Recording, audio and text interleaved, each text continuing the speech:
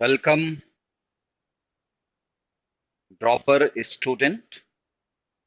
सभी बच्चों को गुड मॉर्निंग।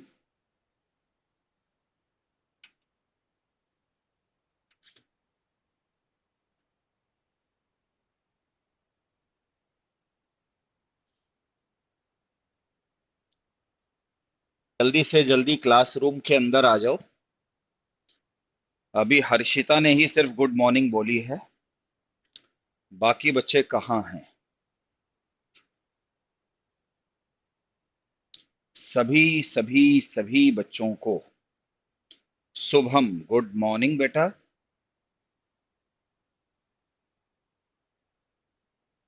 Good morning. बताइए, कल का जितनी मैंने आंचल।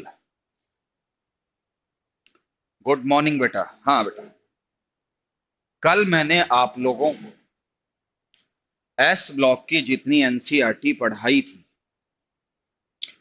क्या उसको आपने लाइन टू लाइन यूजेस भी पढ़ लिए कि नहीं पढ़ लिए हैं? डाउट मैं भी ले लूंगा। एक बार मुझे इस चैप्टर को पहले एक बार खत्म कर लेने दो। अगर आपके पास में डाउट हैं तो आप हमें बताइएगा, मैं एक एक करके आपके सारे डाउट्स को सॉल्व कर दूंगा, है ना? तो एक बार फिर से बच्चों से मेरा सवाल है, कल मैंने इस चैप्टर की जितनी एनसीईआरटी पढ़ाई थी, थोड़ा इसको बड़ा कर दूं? थोड़ा सा बड़ा कर दिया, अब ठीक है। कल मैंने इस चैप्टर की जितनी एनसीईआरटी पढ़ाई थी, मैं बच्चों से पूछना चाहता हूं, क्या आपने टेस्ट के बाद लाइन टू लाइन इसको पढ़ लिया? कल मैंने बच्चों के लिए एक मेडिकल लेवल की डीपीपी अपलोड कर दी थी, क्या उसको भी आप लोगों ने कर लिया? हाँ या ना में जवाब दीजिए, बोलिए, बताइए मेरे को।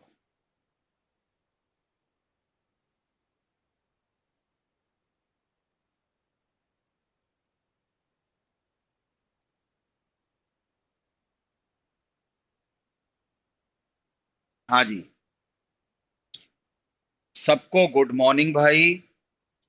हर्षिता कह रही हैं कि हमने कर लिया, राहुल ने कह दिया कि हमने पढ़ी थी, रोहित भी कह रहा है कि हाँ सर, जैस्मिन गुड मॉर्निंग बोल रही है। भी गुड मॉर्निंग, लेकिन मेरे क्वेश्चन का जवाब दे दो। सर आपने कल एक सॉलिबिलिटी का एक पॉइंट बताया था, आपने वो पॉइंट रिपीट करना, ये आंचल पूछ रही हैं। तो इसका जवाब ये था कि मैंने कल ये बताया था कि अगर सॉलिबिलिटी और स्टेबिलिटी में, मैं आपको एक पॉइंट बता रहा था, जैसे हमने एक बात कही थी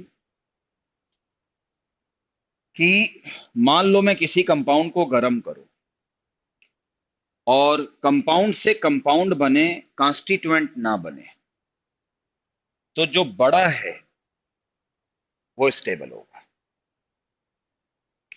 और जो स्टेबल होगा वो कम सॉलेबल होगा, और जो छोटा होगा वो स्टेबल होगा और वो ज्यादा सॉलेबल होगा, वो ज्यादा सॉलेबल होगा। ठीक है? तो हाँ, बच्चों ने कहा सर। तो आंचल बेटा, मैंने इस पॉइंट को रिपीट कर दिया। चलिए, अब मैं आपके डाउट्स ले लूंगा, रुक जाओ, अगर हैं तो मैं ले लूंगा। Let me finish first. देखो, कल मैंने आप सभी को अर्थ मेटल्स की प्रॉपर्टीज के बारे में परिचय दिया, उनके पॉइंट्स बताए, एक्सेप्शन बताए, ट्रिक्स बताई, स्टेबिलिटी बताई, आपको समझ में आ जाना चाहिए। अब मुझे इनके कुछ कंपाउंड्स पढ़ने हैं। एक चीज मैं अपने बता दूं कि मैं अपने अनुभव के आधार पर एक बात कह सकता हूं कि इनके कंपाउंड्स काफी इंपॉर्टेंट हैं। इसलिए मेडिकल लेवल पर इनके जितने भी कंपाउंड्स हैं वो बड़े आसान हैं इस ब्लॉक के, लेकिन बड़े इंपॉर्टेंट हैं। जैसे जैसे कैल्शियम ऑक्साइड, अपा उसको CaO बोलते हैं। कैसे बनाया जाता है? लाइम स्टोन ले लो, हीट कर दो, CaO प्लस CO2 बन गया। उसके बाद ये रिएक्शन एक्चुअली में रिवर्सेबल होती है। तो ये आगे लिखा हुआ है कि CO2 जो बन रहा है उसको निकालते चलो, निकालते चलो, निकालते चलो, निकालते चलो, तो क्या होगा? रिएक्शन फॉरवर्ड चलती जाएगी, चलती जाएगी, चलती जाएगी और कंप्लीट हो जाएगी, according to Le Chatelier principal.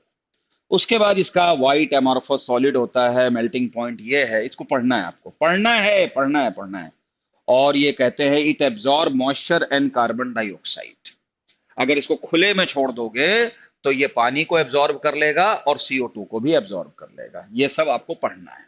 अच्छा, पढ़ने के बाद आगे का सीन क्या है देखो। अगर इसने पानी को एब्जॉर्ब कर लिया तो ऑक्साइड हमेशा हाइड्रोक्साइड में बनाएंगे, और अगर इसने CO2 को एब्जॉर्ब कर लिया तो CaCO3 बना लेगा। ठीक है, ओके। अब आपको यह भी पता होगा कि ये जो कैल्शियम हाइड्रोक्साइड है, इसी को ही हम कई बार लाइम वाटर का भी यही फार्मूला है, और यही थोड़ा कलर बदल देते हैं, यही जो है वो स्लैग्ड लाइम का भी स्ट्रक्चर है। स्लैग्ड लाइम भी इसी को ही कहते हैं, फार्मूला दोनों का एक ही है। ठीक है, अब आगे देखो। CaO को SiO2 के साथ में कराओगे तो कैल्शियम सिलिकेट बन जाता है। कैसे भाई? ऐसे कि SiO2 एसिड है, CaO बेस है, एसिड बेस मिलके सॉल्ट बनाएंगे। वो यहां भी होगा, वो यहां भी होगा। इंपॉर्टेंट यूज आप इसको पढ़िएगा, ये जो यहां लिखा हुआ है। उसके बाद CaOH होल ट्वाइस कैसे बनता है, जिसको हम स्लैग लाइम कहते हैं, लाइम वाटर भी इसी का हिस्सा है। तो कुछ नहीं, इसके बारे में अभी मैंने बताया कि स्लैग लाइम कैसे बनता है, कि CaO ले आओ, पानी डाल दो, तो पानी डालने के बाद कैल्शियम हाइड्रोक्साइड बनेगा। इसी को ही लाइम वाटर भी कहते हैं, इसी को ही आपको दूसरा पॉइंट क्या कहते हैं, स्लैग लाइम भी इसी को ही बोलते हैं। अब कुछ रिएक्शन दे रखी हैं, इनको आपको पढ़ना है। कैल्शियम हाइड्रोक्साइड प्लस CO2 क्या बनेगा? अरे भाई क्या बनेगा? CaOH का जो होल्टवाइस है वो बेस है, ये क्या है? एसिड है। तो एसिड और बेस मिलके सॉल्ट बना लेंगे। और अगर आपको याद हो तो हम लोग, आपको याद है, CO2 की एक टेस्टिंग पढ़ते थे। तो CO2 की टेस्टिंग में क्या पढ़ते थे कि अगर CO2 बन रही है तो उसको लाइम वाटर से पास कर दो, तो वो लाइम वाटर को मिल्की बना देगी। तो मिल्की क्यों? Due to formation of CaCO3। फिर आगे आप लोगों ने ये भी पढ़ा होगा कि अगर मैं CO2 को एक्सेस में पास कर दूं तो जो मिल्कीनेस होता है वो डिसअपियर हो जाता है। याद आया? तो ये वही तो है कि जब आप CO2 पास करते हो तो जो मिल्कीनेस आती है वो CaCO3 की वजह से आती है। और उसके बाद अगर हम CO2 फिर पास करते हैं पानी के प्रेजेंस में, तो कैल्शियम कार्बोनेट फिर कैल्शियम बाई कार्बोनेट बना देता है, और ये मिल्कीनेस नहीं होता है, और ये पानी में सॉल्युबल होता है। तो वो जो CO2 वाली टेस्टिंग हम लोगों ने बचपन से पढ़ी है, बचपन का मतलब 9-10 से पढ़ी है, वही ये रिएक्शन है। तो इसको आप पढ़ सकते हो। हाँ, एक चीज मैं आपको और जानकारी दे दूं, वो क्या कि ये जो Cl2 है, Cl2 क्लोरीन, इसका डिस्प्रपोर्शनेशन हो सकता है। अब डिस्प्रपोर्शनेशन तो आप समझते ही होंगे कि एक एलिमेंट का ऑक्सीडेशन और एक एलिमेंट का रिडक्शन, एक एलिमेंट का ऑक्सीडेशन और एक एलिमेंट का रिडक्शन। और Cl2 का डिस्प्रपोर्शनेशन जो होता है वो बेसिक मीडियम में होता है। तो देखो, ये Cl2 है, बेसिक मीडियम है, डिस्प्रपोर्शनेशन है। एक बन रहा है CaCl2, एक बन रहा है CaOCl का होल ट्वाइस। CaCl2 में Cl की ऑक्सीडेशन स्टेट क्या है? -1। OCl में कितनी है? +1। Cl2 में क्या है? 0। तो 0 से -1 होना और 0 से +1 होना, ये डिस्प्रपोर्शनेशन रिएक्शन की निशानी है। और इसमें एक ब्लीचिंग पाउडर बन रहा है जो कि एक बड़ा ही काम का केमिकल है। तो आपसे पूछा जाएगा कि क्लोरीन से ब्लीचिंग पाउडर कैसे बनता है? तो याद रखिएगा, CaOH का होल ट्वाइस के साथ में रिएक्शन होती है। मेरी सलाह मान लेना, NCERT में जितनी रिएक्शंस हैं अच्छी तरीके से याद कर लेना, समझ के, उससे बाहर का कुछ नहीं आने वाला। और नहीं तो पढ़े जाओ, पीएचडी करे जाओ, उसका तो कोई इलाज नहीं है, वो तो कभी एंड भी नहीं होगा। चलिए, यूसेस। अब उसके बाद ये छोटी छोटी रिएक्शन है, या ऊपर वाली भी छोटी छोटी रिएक्शन है, इसमें मुझे बताने में शर्म सी महसूस हो रही है। आप कहोगे जी आपको भी शर्म आती है? हाँ जी, शर्म आती है। वो भाई ऐसा है कि कैल्शियम कार्बोनेट कैसे बनता है वो तो बता दिया इन्होंने, हैं। इसके अलावा इसका ये 1200 केल्विन पे जाके टूटता है। कैल्शियम कार्बोनेट की रिएक्शन HCl से हुई तो हलवा वाली रिएक्शन है, CaCl2 H2O CO2 बनेगा। ठीक है। CaCO3 की रिएक्शन H2SO4 से हुई तो CaSO4 प्लस H2O CO2 बनेगा। अब अगर इसको समझाना हो, चलो मैं समझा तो इसको भी दूंगा, ऐसी कोई बात नहीं है, लेकिन ये आसान है, इसके समझाने की जरूरत पड़ेगी नहीं। मैं बताता हूँ, देखो मैं आपको दिखाता हूँ क्या है। आप ये बताओ, CaCO3 है, ये एक सॉल्ट है। इसमें बेस कौन रहा होगा? CaOH का होल ट्वाइस। एसिड कौन रहा होगा? H2CO3। H2CO3। भाई ये बेस और ये एसिड मिलके ही तो ये सॉल्ट बनाएंगे। बेस कैसा है? स्ट्रॉन्ग। एसिड कैसा है? Carbonic acid weak. तो इसका मतलब इस सॉल्ट के अंदर बेस स्ट्रॉन्ग है, एसिड वीक है, तो ये मजबूरी का गठबंधन है। अब मैंने उसके सामने क्या दे दिया? Strong acid. तो इसमें क्या मौजूद था, जरा एक बार फिर से बताना। बताना इसमें क्या मौजूद था। इसमें था स्ट्रॉन्ग बेस और वीक एसिड था। सामने कौन है? स्ट्रॉन्ग एसिड, ये वीक था। तो क्या यहां से स्ट्रॉन्ग बेस इस गठबंधन को छोड़कर एक नए गठबंधन HCl के साथ में नया सॉल्ट बनाएगा? और उसने बनाया CaCl2। और किसको बाहर फेंक दिया गया? H2CO3 को। सर H2CO3 तो नहीं लिखा, ये लिखा हुआ है। तो एक बात बताओ, किसी को गठबंधन से बाहर का रास्ता दिखा दिया जाए तो उसका दिल टूट जाएगा कि नहीं टूट जाएगा? हाँ सर, टूट जाएगा। तो ये भी टूट गया। और टूट के क्या बनाएगा? H2O plus CO2। तो एक ट्रिक बना लो कि एक सॉल्ट हो, उसमें वीक एसिड हो, और उसके अंदर मैं स्ट्रॉन्ग एसिड मिला दूं, वो गठबंधन टूट जाएगा। और जिसको बाहर का रास्ता दिखाया जाएगा उसका दिल टूट जाएगा, उसका मोरल डाउन हो जाएगा, तो वो तोड़ के दिखा दो, खत्म। लेकिन इतना समझने की जरूरत नहीं, तो सिंपल सिंपल सी रिएक्शन है। लेकिन फिर बता रहा हूं, मेडिकल में, नीट में, अभी मैंने पिछले 15 सालों का जब अध्ययन किया तो एस ब्लॉक के जो क्वेश्चन बने वो इस हिस्से से काफी बने। अभी कुछ बातें और भी आएंगी जिसके बारे में डिस्कशन होगा। यूज वूज तो आप पढ़ते रहिएगा, फिर मैं अगली कहानी आपको सुनाता हूं। पहले बताओ यहां तक समझ में आया? फिर मैं आपको यहां से अपनी बात बताऊंगा। बोलो भाई, इसको हटा देते हैं। अब मैं प्लास्टर ऑफ पेरिस और जिप्सम की बात करूंगा। बोलो।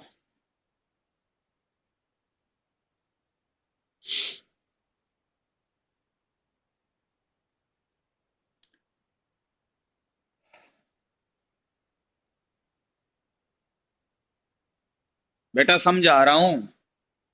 देखो, एटॉमिक रेडियस क्या होती है, आयनाइजेशन एनर्जी क्या होती है, वो सब पता होता है, उसमें कोई इशू नहीं है। हाँ, ठीक है भाई। अच्छा, इसके बाद अगर हम आगे चलते हैं, और आगे चलने के बाद अब मैं आपको प्लास्टर ऑफ पेरिस जिप्सम की बात बताता हूं। देखो, मैं सबसे पहले एक, कल मैंने इसको जब पढ़ाना शुरू किया तो मेरे दिमाग में एक ट्रिक आई, फिर वो समय कम बचा था, मैंने कहा भाई कल बताएंगे, यानी आज। देखो मैं आपको बताता हूं। कल मैंने आपको ये तो बता ही दिया था कि जिप्सम में ज्यादा पानी होता है, प्लास्टर ऑफ पेरिस में कम पानी होता है। एक में 2 वाटर होता है, एक में हाफ वाटर होता है। और ये बड़ा इंटरेस्टिंग एग्जाम्पल है, और इसके बड़े क्वेश्चन आते हैं। तो मैं आपको एक बताता हूं क्या होता है। मैं देखो, सबसे पहले मैं जिप्सम लेता हूं, CaSO4.2H2।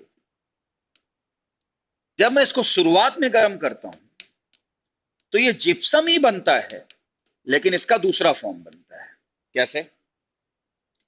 पहले जो जिप्सम बनता है, इसको नोट कर लेना कि किसी बुक में नहीं मिलेगा। पहले मिलता मोनोक्लिनिक, उसके बाद जो नया जिप्सम मिलता है उसकी संरचना बदल जाती है, और वो होता है, क्या होता है, ऑर्थोरोम्बिक। यानी शुरुआत में जिप्सम काफी हार्ड होता है और वो मोनोक्लिनिक फॉर्म में होता है। फिर जब मैं उसको गर्म करता हूं तो सॉफ्ट हो जाता है, और अब वो आर्थोरोम्बिक हो जाता है। ये सब हम सॉलिड स्टेट में पढ़ते हैं। उसके बाद फिर हम इसको गर्म करते हैं 393 केल्विन तक। ध्यान रखना है टेम्परेचर 393। तो इस दो में से वाटर निकलते हैं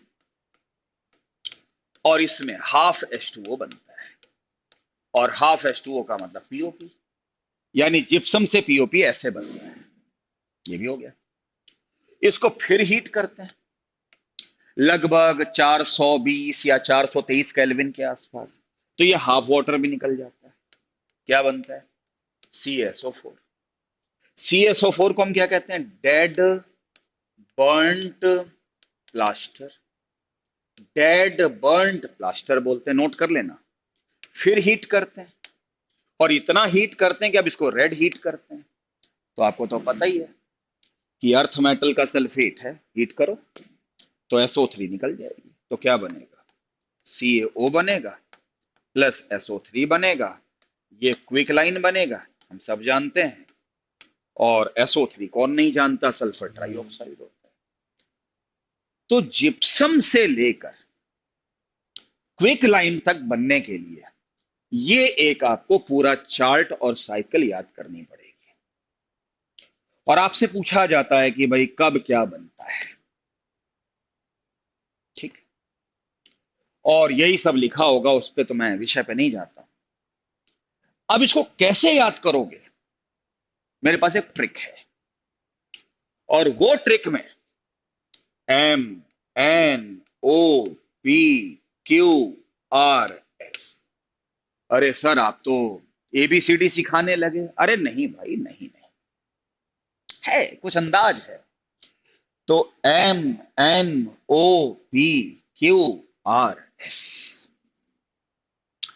ये ट्रिक में, पूरी ट्रिक में पूरे चार्ट का एक हिस्सा नहीं आएगा, डेड बर्न्ड प्लास्टर, बाकी सब आएंगे। तो एक याद करना तो कोई मुश्किल काम नहीं, सारे याद करने के मुकाबले तो आसान है। तो देखो मैं आपको दिखाता हूं। सबसे पहले मोनोक्लिनिक जिप्सम लो, लिया, हीट करने पे आर्थोरोम्बिक बनेगा। फिर आगे हीट करने पे क्या बनेगा? प्लास्टर ऑफ पेरिस बनेगा। P P P P, plaster of Paris बनेगा। देखते रहो देखते रहो देखते रहो, प्लास्टर। और उसके बाद जब रेड हीटिंग करोगे तो क्विक लाइन बनेगा और सल्फर ट्राइऑक्साइड बनेगा।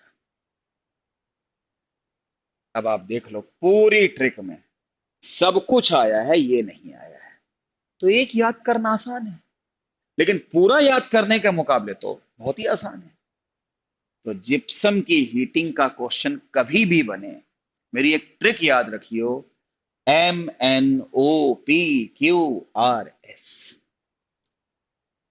भाई यही चीजें मुझसे सीख लो कि सर आप रिएक्शन रिएक्शन समझा दो, बाकी एटॉमिक रेडियस, आयनाइजेशन एनर्जी, घटना बढ़ना वो खुद पढ़ लेंगे, वो छोड़ो, उस लेवल से तो ऊपर उठ चुकी है बात। आप तो केमिस्ट्री समझा दो। तो इसमें मैं आपकी बहुत भारी मदद कर सकता हूं। रिएक्शन को कैसे समझा जाए, कैसे याद किया जाए, खटाखट मैं समझा सकता हूं, लेकिन वो आपके आधार के ऊपर होगा। और अब आप इस पूरे चार्ट को पढ़ लीजिएगा, बताइए मेरे को समझ में आया कि नहीं आया, और इस तरीके से ट्रिक अपनी कॉपी में नोट कर लेना। बताओ बेटा, MNOPQRS, बोलो भाई।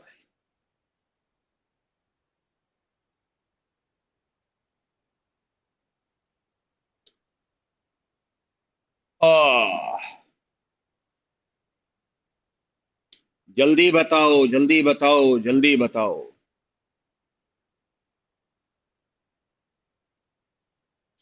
आया बेटा समझ में? हाँ, चलिए, आ गया है तो अच्छी बात है। अब आगे बढ़ते हैं। ठीक है भाई, इसको हटाओ, तुम जाओ भाई। अब आगे बढ़ते हैं। आगे यूजेस आप पढ़िएगा। अब मैं आपको सिखाऊंगा, जो बात है वो ये, कहाँ गया, सीमेंट। और इसके बाद ये चैप्टर खत्म हो जाएगा। सबसे पहला विषय आएगा सीमेंट। कहाँ गया सीमेंट? देखो, सीमेंट के बारे में जो ये सब लिखा है उसको मैं पढ़ के समझा देता हूं। बायोलॉजिकल इंपॉर्टेंस आप पढ़ लीजिएगा, और वैसे भी पढ़ना क्या हो तो आप लोगों को पहले से ही पता होगा। देखो, कहते हैं कि सीमेंट की डिस्कवरी इसने इस समय हुई थी, जोसेफ एस्पेडन ने किया था, और वगैरह वगैरह।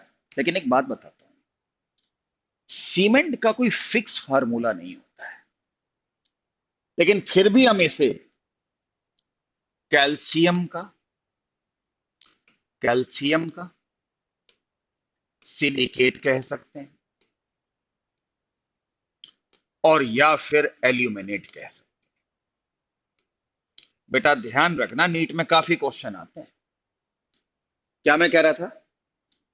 कैल्शियम का सॉरी, सीमेंट का कोई भी फिक्स्ड फार्मूला नहीं होता,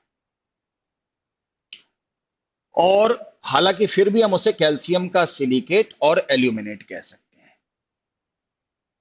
हाँ, एक चीज मैं आपको और बता दूं, इसके अंदर क्या क्या चीजें लेनी होती हैं। सबसे पहले इसमें CaO लेना पड़ता है, कम से कम 50 से 60%। ये कंपोजिशन याद होनी चाहिए। SiO2 लगभग 20 से 25%। Al2O3, इससे सिलिकेट बनेगा, इससे एल्यूमिनेट बनेगा, लगभग 5 से 10%। और बाकी बाकी 1-1, 2-2% ये लिखा है कि सल्फर ट्राइऑक्साइड 1 से 2% होना चाहिए, MgO 2 से 3% होना चाहिए। ये छोटे छोटे परसेंटेज हैं, इससे क्वालिटी इंप्रूव होती है। लेकिन जो सीमेंट जो बेसिकली है वो ये तीन चीजों से मिलकर बनता है। इससे कैल्शियम सिलिकेट बनेगा, और इससे कैल्शियम एल्यूमिनेट बनेगा। एल्युमिनियम होने की वजह से कैल्शियम का एल्यूमिनेट बनेगा। हो गया। एक चीज और, बढ़िया क्वालिटी की सीमेंट लाने के लिए, जैसा नहीं ऐड आता है, इस सीमेंट में जान है, आता है ना, सस्ता नहीं सबसे अच्छा, उसमें SiO2 और Al2O3 का रेशियो 2.5:4 होना चाहिए।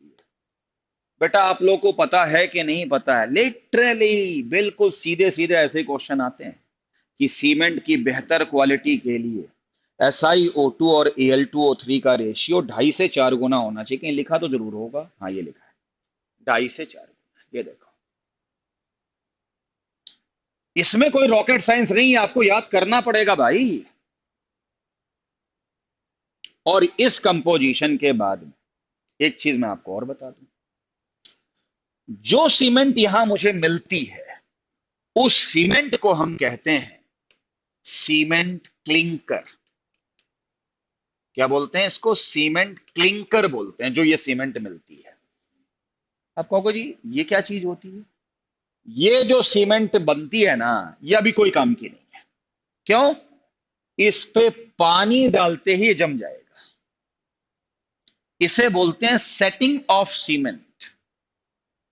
इसलिए इसमें हम 1-2% जिप्सम मिलाते हैं, जिससे कि सेटिंग ऑफ सीमेंट का स्पीड कम हो जाए, और उसके बाद फिर जो सीमेंट मिलती है वो मार्केट में यूज होती है, और उसे हम पोर्टलैंड सीमेंट कहते हैं। तो क्वेश्चन ये भी पूछा जाता है कि इसमें जिप्सम क्यों मिलाया जाता है? तो सीमेंट की जो जमने की स्पीड है उसको वो कम कर देता है। एक बार मुझे अच्छा याद है कि एक बार एम्स में क्वेश्चन आया। एम्स में क्वेश्चन क्या आया कि सीमेंट का जो फार्मूला है, एक तो डाई सिलिकेट भी होता है, CaO और 2SiO2, और ट्राइसिलिकेट भी होता है जिसमें तीन आते हैं, मतलब दोनों होते हैं, डाइसिलिकेट भी होते हैं, ट्राइसिलिकेट भी। अगर ये अमाउंट बढ़ा दी गई तो सीमेंट कमजोर हो जाएगी, और अगर ये अमाउंट बढ़ा दी गई तो सीमेंट में जान आ जाएगी। लेकिन एम्स तो एम्स वाले हैं, उन्होंने क्या किया, अगर इसका फार्मूला बनाओ तो CaSi3 और ऑक्सीजन कितना हो गया, ट्राइसिलिकेट कितना हो गया, Si और ऑक्सीजन कितने हो गए, तीन दूनी छह, एक साथ, शायद ये हो गए, यही हुआ ना। और इस वाले का देखो तो क्या बनेगा, Si2 और ऑक्सीजन 5, तो ये डाइसिलिकेट है, ये ट्राइसिलिकेट है। तो ट्राइसिलिकेट रहने से क्वालिटी बढ़ जाती है और इससे कम हो जाती है। और एनसीईआरटी में लिखा हुआ है कहीं पे, दिखाता हूं आपको, कहीं ना कहीं लिखा जरूर है।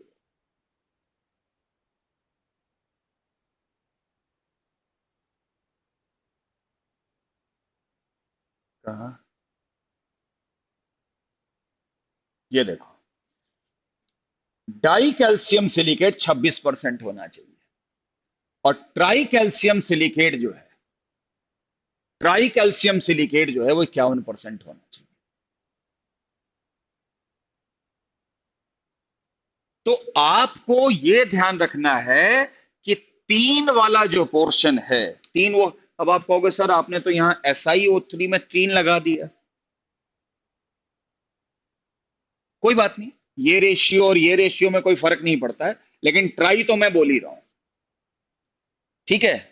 तो डाई कैल्शियम सिलिकेट और ट्राई कैल्शियम सिलिकेट में, चलो ये भी फार्मूला ठीक है, लेकिन अब जब एनसीईआरटी में ये लिखा तो इसी को मानो।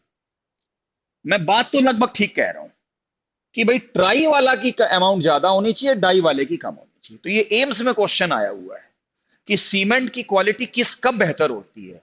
तो जब ट्राई ट्राई होता है ना, तो वो हमेशा कंपोजिशन को बेहतर करता है, वो ट्राई कैल्शियम लिखा हो और चाहे ट्राई सिलिकॉन लिखा हो या सिलिकेट लिखा हो, कोई फर्क नहीं पड़ता।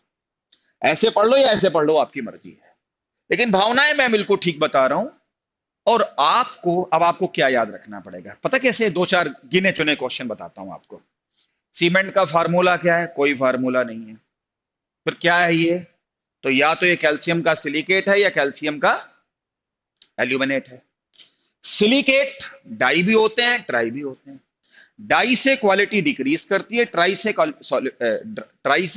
क्वालिटी इंप्रूव करती है।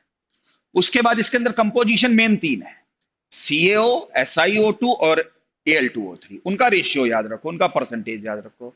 फिर आपसे पूछते हैं भाई जिप्सम क्यों मिलाते हैं, वो जमने की स्पीड को कम करता है, बस यही सब क्वेश्चन। हाँ, सीमेंट क्लिंकर क्या होता है, तो सीमेंट क्लिंकर होता है कि भाई कैल्शियम का सिलिकेट भी हो और एल्यूमिनेट भी हो और उसमें जिप्सम ना पड़ा हो, उसे सीमेंट क्लिंकर कहते हैं।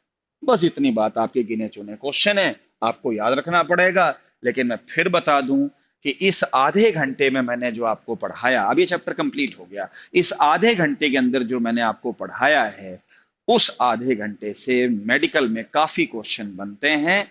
अब जाके आपका एस ब्लॉक खत्म हो गया, क्योंकि मुझे लगता है कि इसके बाद तो कुछ है नहीं, वो समरी आती है, और समरी में तो आप सबको पता ही है कि, हाँ, सारी बात होती है। हाँ, रोहित पूछ रहा है जी जंग रोहत सीमेंट क्या होती है। तो ऐसा है ना, ये जो 1-2% चीजें मिलाई जा रही है ना, ये वाला कहाँ गया, ये देखो सीमेंट क्लिंकर लिखा हुआ है, पूरा पढ़ोगे तो मेरी पूरी लाइनें आपको मिलेंगी। हाँ, ये जो है ना, जैसे 1%, 2% ये सब मिलाया गया है, तो ये जंग को लगाने से रोकती हैं। बाकी इनका कोई सीमेंट का कंपोजिशन में कोई रोल नहीं है। सीमेंट तो या तो कैल्शियम का एल्यूमिनेट है या सिलिकेट है। तो जल्दी मुझे बच्चे बताएं कि क्या पूरा इस ब्लॉक का चैप्टर इस स्टाइल में क्या बच्चों को समझ में आया या नहीं आया, मुझे बताइए, फिर मैं अगली बात करूंगा।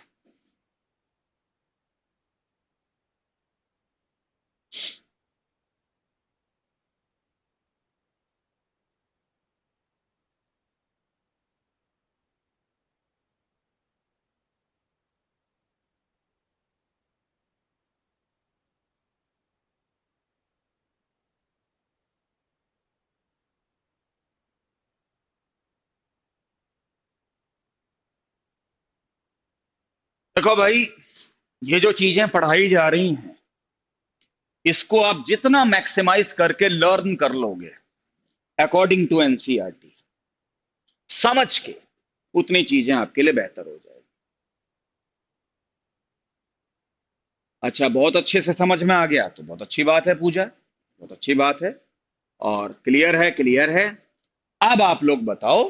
भाई, मेरे से गलती हो सकती है, मैं इस स्टाइल में पढ़ाने वाला आदमी नहीं हूं समझे, मेरा एक अलग नेचर है। ये तो मुश्किल से जीवन में 4-5 बार पढ़ाया होगा, ऐसे कि बुक रख के पढ़ा दिया है ना। लेकिन मजबूरी है कि सिलेबस को थोड़ा टाइमली खत्म करना है। और ये चीजें ऐसे पढ़ाई भी जा सकती हैं, क्यों? क्योंकि आप +1 के बच्चे थोड़ी ना हो, आप तो +1 भी पढ़ चुके हो, +2 भी पढ़ चुके हो, आप ड्रॉपर हो। तो आप इशारों इशारों में समझ जाओगे कि मैं क्या कहने की कोशिश कर रहा हूं, अगर आपके बेसिक्स ठीक हैं तो। ठीक है। और इसलिए ऐसा पढ़ाया गया है। अब मुझे बताओ, गलती मुझसे हो सकती है, मैं मना नहीं कर रहा हूं। अब मुझे बताओ, एस ब्लॉक की कोई डाउट हो तो मैं बताने के लिए तैयार हूं। अब आप पूछ लो। सारे बच्चे बताओ भाई, डाउट हो तो बताओ, नहीं है तो डाउट बताओ।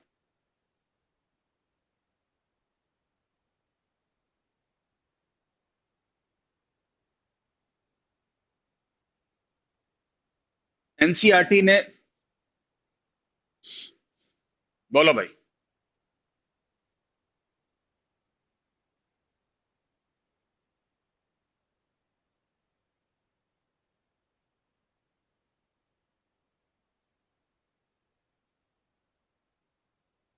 लो, रोहित कह रहा है मेरे को डाउट है नहीं है। अबे, वह क्वेश्चन तो पूछ ले यार यार है, कमाल करते हो यार रोहित भाई। है, तुम लोगों को कोई डाउट है नहीं है? डाउट एक ही केस में नहीं होती है? डाउट एक ही केस में नहीं होती है।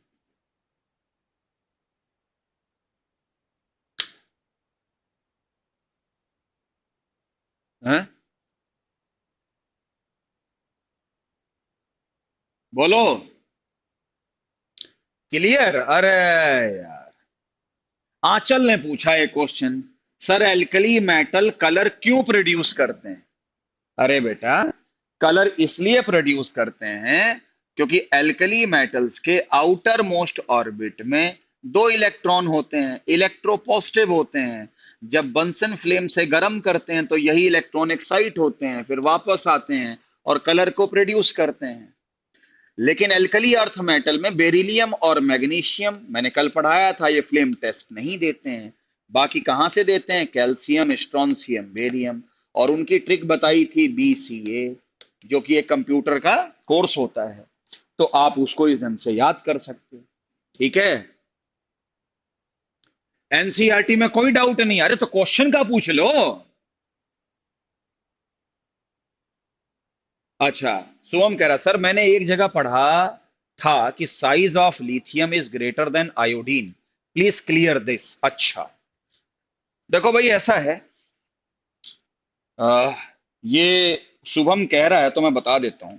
देखो कि लिथियम जो होता है वो आयोडीन से बड़ा होता है। कहां लिथियम और कहां आयोडीन? तो मैं आपको एक बात बताता हूं। लिथियम प्लस जो होता है,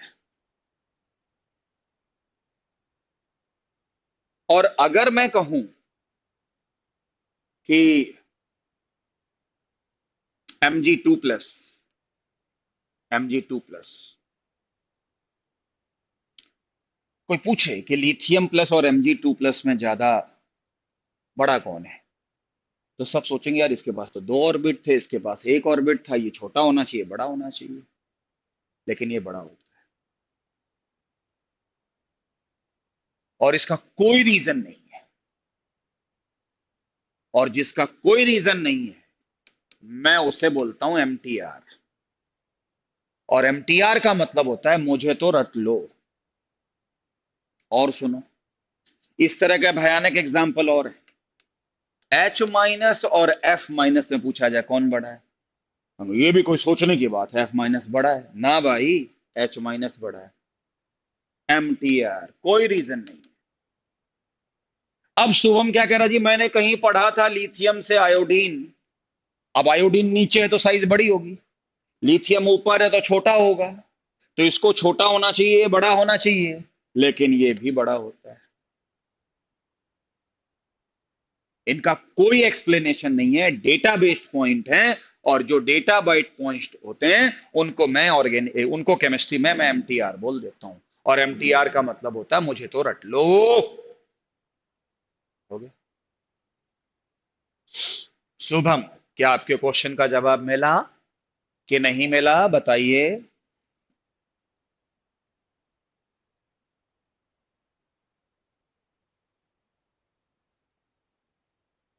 आंचल सर, एक क्वेश्चन इस टॉपिक से आपके पास भेजा है, आंचल खन्ना, एक क्वेश्चन इन्होंने मेरे पास भेजा है, देख लेते हैं मेरे फोन में क्या आया है कि नहीं आया है।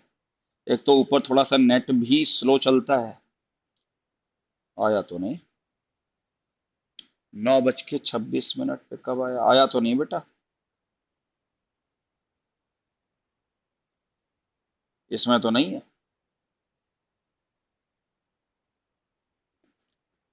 अच्छा, अच्छा, अच्छा आ गया।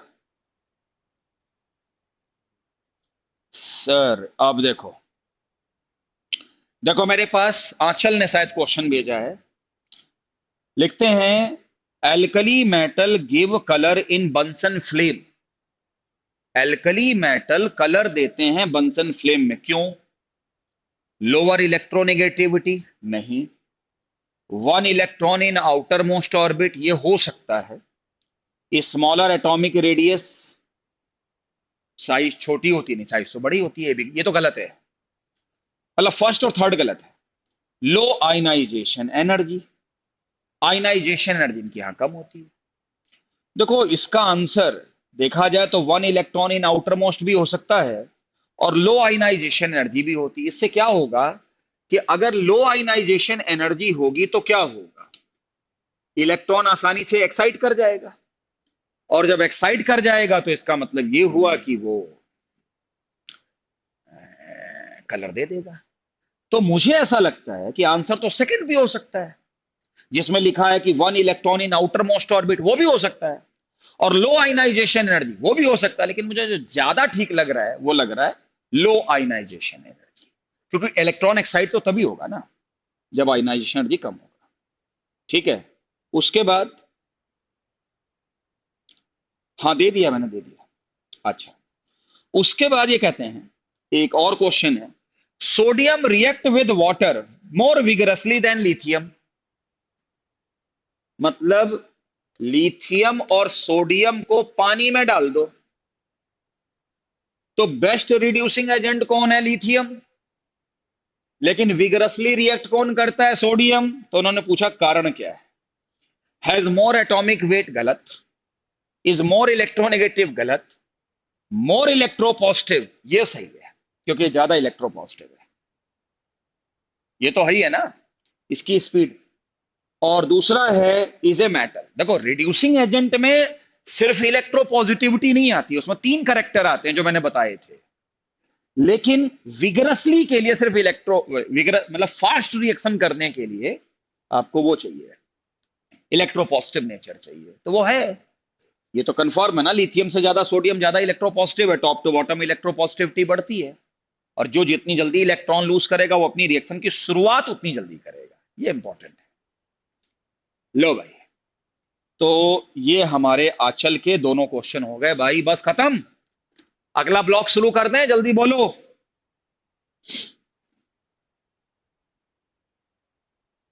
ये याद कर लेना, इसका कोई रीजन नहीं है।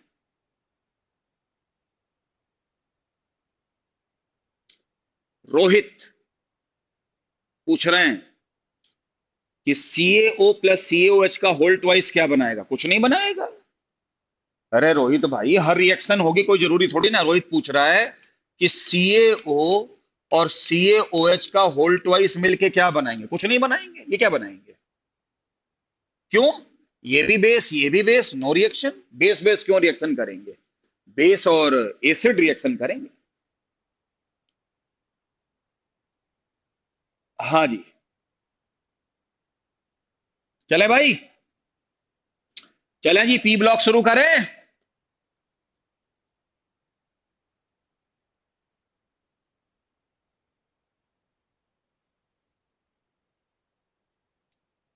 आंचल सर, सुपर ऑक्साइड परऑक्साइड में ज्यादा स्टेबल कौन होता है? सुपर ऑक्साइड अनस्टेबल होता है।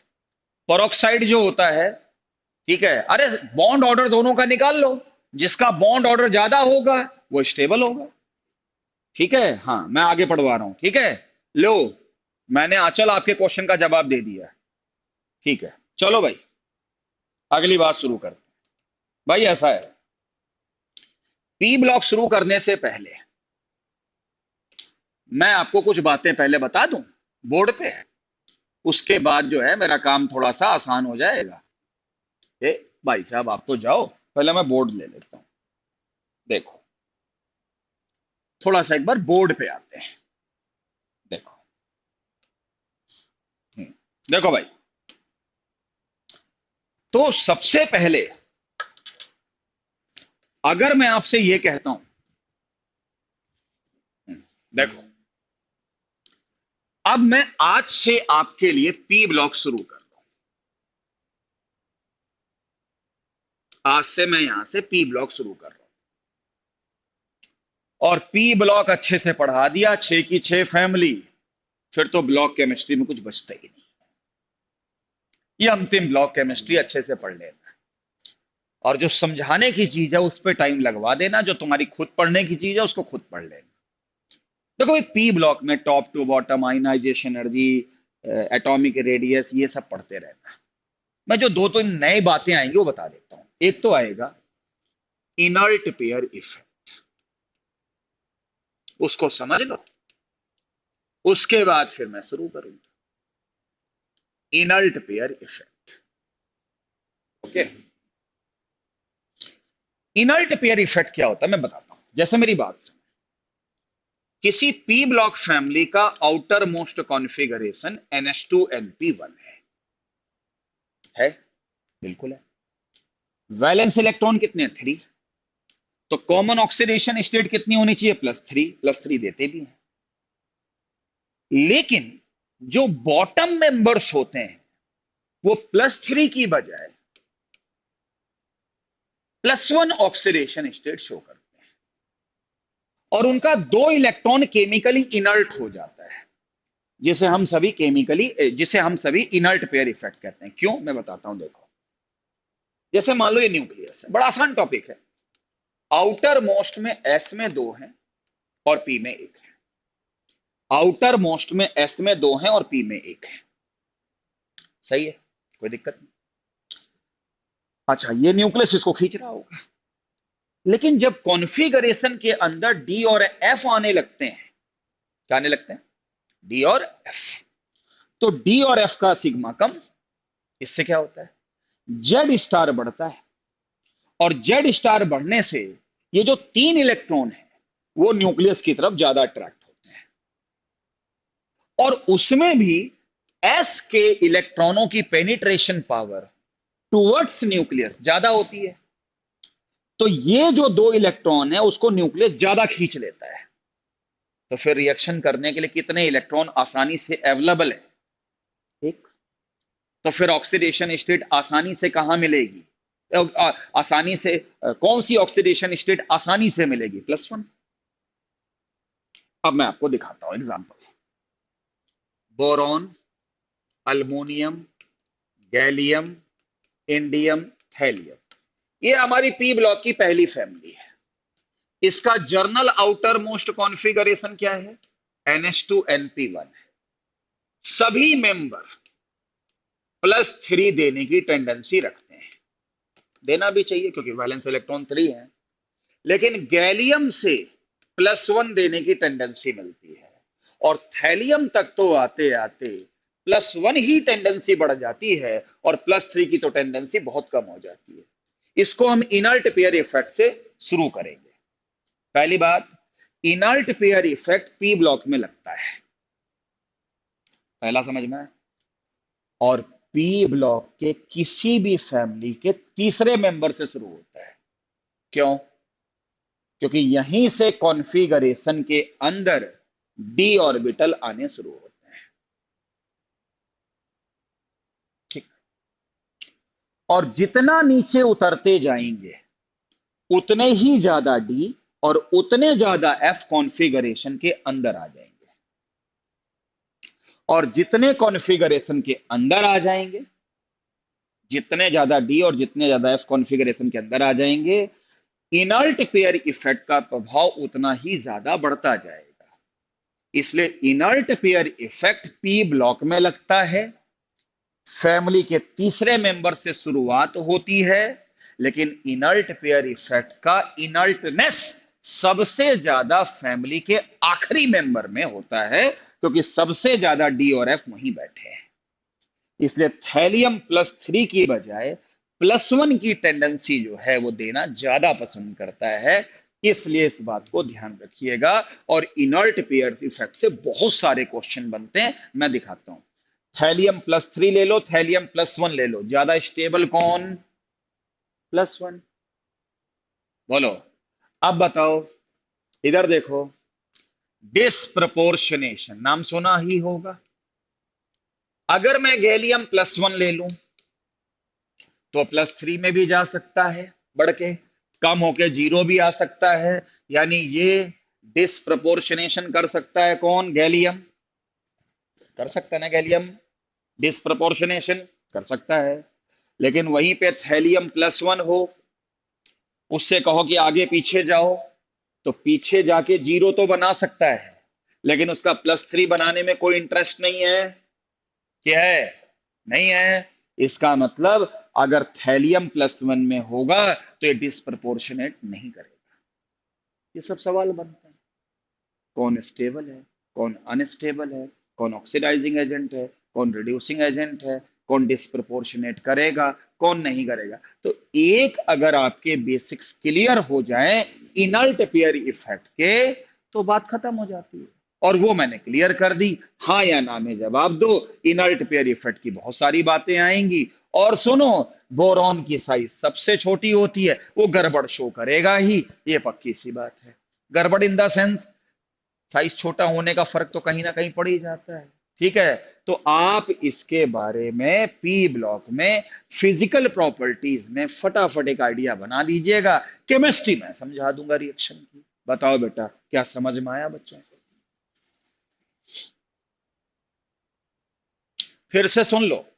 Inert pair effect P block में होता है, फैमिली के तीसरे मेंबर से शुरुआत होती है और अंतिम मेंबर में सबसे ज्यादा डोमिनेट करता है।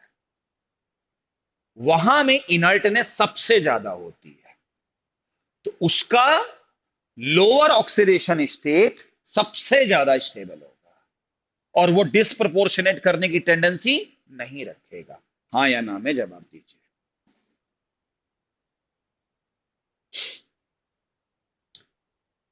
भाई देखो, मैं फिर कह रहा हूं, अगर कोई चीज मैं जल्दबाजी में बता जाऊं तो पूछ लियो, क्योंकि ये सबसे बेस्ट मेथड है। काम की पढ़ाई आपको हो रही है। चलिए, अब इस बोर्ड वाले भाई साहब को हटा देता हूं। ठीक है। और जब बोर्ड वाले भाई साहब हट जाएंगे, चलिए आओ भाई, और अब मैं शुरू करता हूं पी ब्लॉक। पी ब्लॉक, आओ जी, पी ब्लॉक आ गया।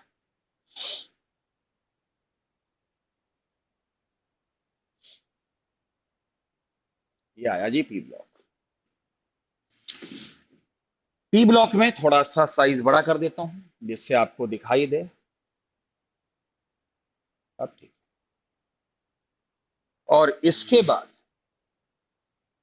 आपका यहां से पी ब्लॉक शुरू होता है और शुरुआत में हल्की फुल्की इंफॉर्मेशन दे रखी है। और बोरॉन फैमिली देखो, दिखाइए, देखो क्या लिखा है। या तो ऑक्सीडेशन स्टेट क्या देंगे? 3 या देंगे 1। अभी समझाया था। कार्बन फैमिली या तो देंगे 4 या देंगे 2, -4 भी दे देते हैं। माइनस चार्ज क्यों देंगे? वो इलेक्ट्रोनेगेटिविटी की वजह से आती है, लेकिन दो क्यों देंगे? इनर्ट पेयर इफेक्ट की वजह से। 5 +5 +3 भी देंगे, और इलेक्ट्रोनेगेटिविटी की वजह से -3 भी देंगे। तो ये चीजें भी हम लोगों ने समझाई हुई है, ये चीजें हम लोगों ने समझी हुई, इसको पढ़ लेना भाई। हम सब जानते हैं कि पहला मेंबर पी ब्लॉक का आगे मेंबर से अलग शो करेगा। चलो, अब आपको क्या करना है? मैं सबसे पहले जो हमारी पहली फैमिली है बोरॉन फैमिली, जिसमें एटॉमिक रेडियस है, इलेक्ट्रॉनिक कॉन्फ़िगरेशन है, आयनाइजेशन एनर्जी है, इलेक्ट्रोनेगेटिविटी है, फिजिकल प्रॉपर्टी, वो चार्ट आ जाए, ये आया चार्ट, ये चार्ट से पढ़ ले भाई,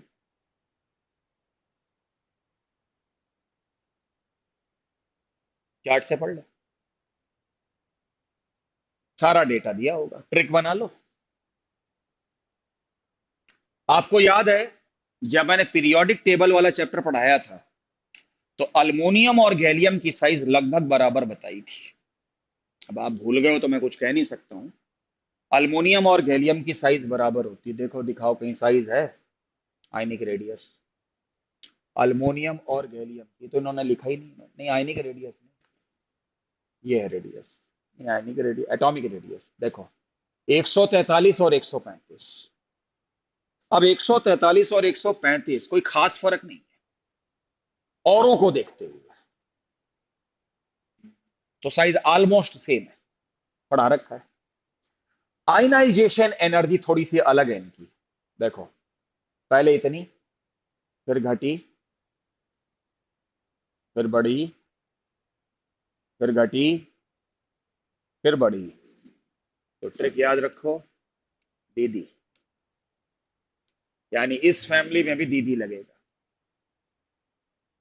हाँ भाई, मेल्टिंग पॉइंट देखो, बोरॉन इस फैमिली में नॉन मेटल है, लेकिन वो एक्सट्रीमली हार्ड होता है, और जो एक्सट्रीमली हार्ड होता है उसका बॉइलिंग पॉइंट और मेल्टिंग पॉइंट देखो कितना है,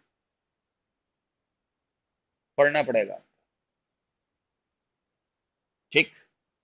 लेकिन गैलियम के बारे में बड़ा एक इंटरेस्टिंग पॉइंट है, गैलियम कहाँ है? ये इसका जरा मेल्टिंग पॉइंट देखो और इसका बॉइलिंग पॉइंट देखो,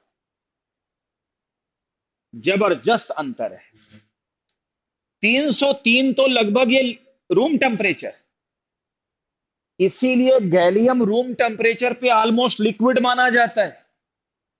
इसका मेल्टिंग पॉइंट बहुत कम, लेकिन बॉइलिंग पॉइंट बहुत ज्यादा होता है, इसीलिए इसको लिक्विड में लेकर हम इसको थर्मोमीटर में यूज करते हैं। अपने घर वाला थर्मोमीटर नहीं, उसमें तो मरकरी यूज होता है, लेकिन जो फैक्ट्रीज के लिए जो थर्मोमीटर यूज होता है उसमें गैलियम यूज होता है। तो ये डेटा आपको पढ़ने पड़ेंगे बेटा।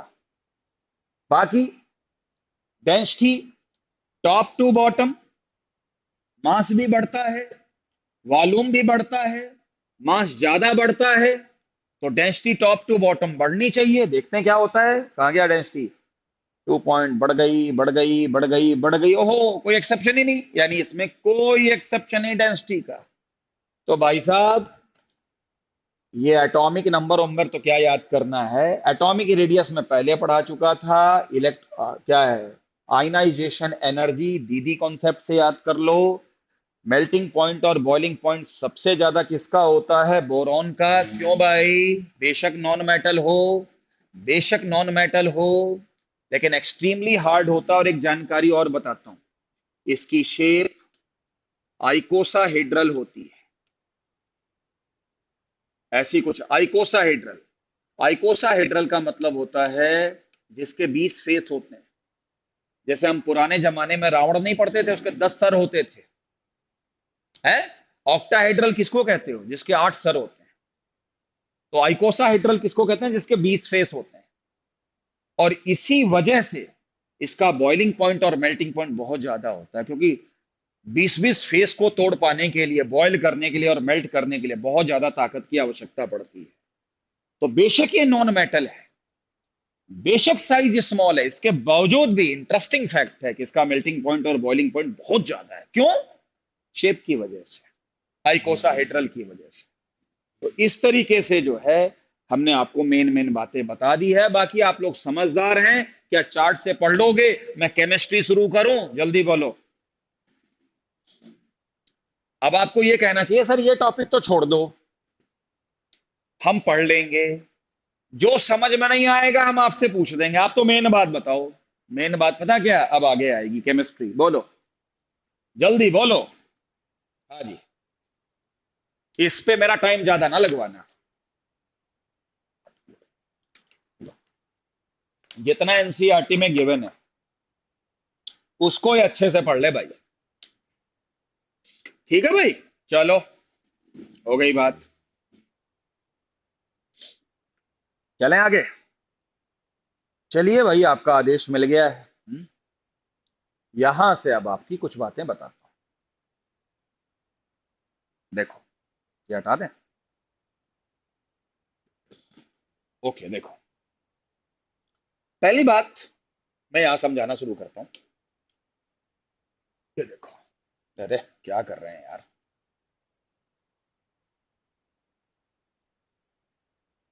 ये देखो, आप सबसे पहले बात देखो, मैं आपको सबसे पहले ये बात बताता हूं। बोरॉन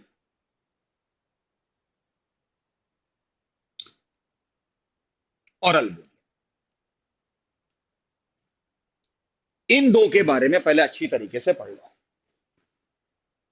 ध्यान से देखना बेटा, आप समझाना शुरू कर रहे हैं।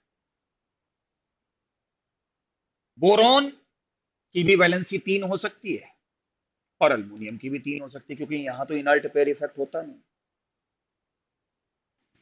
ठीक है?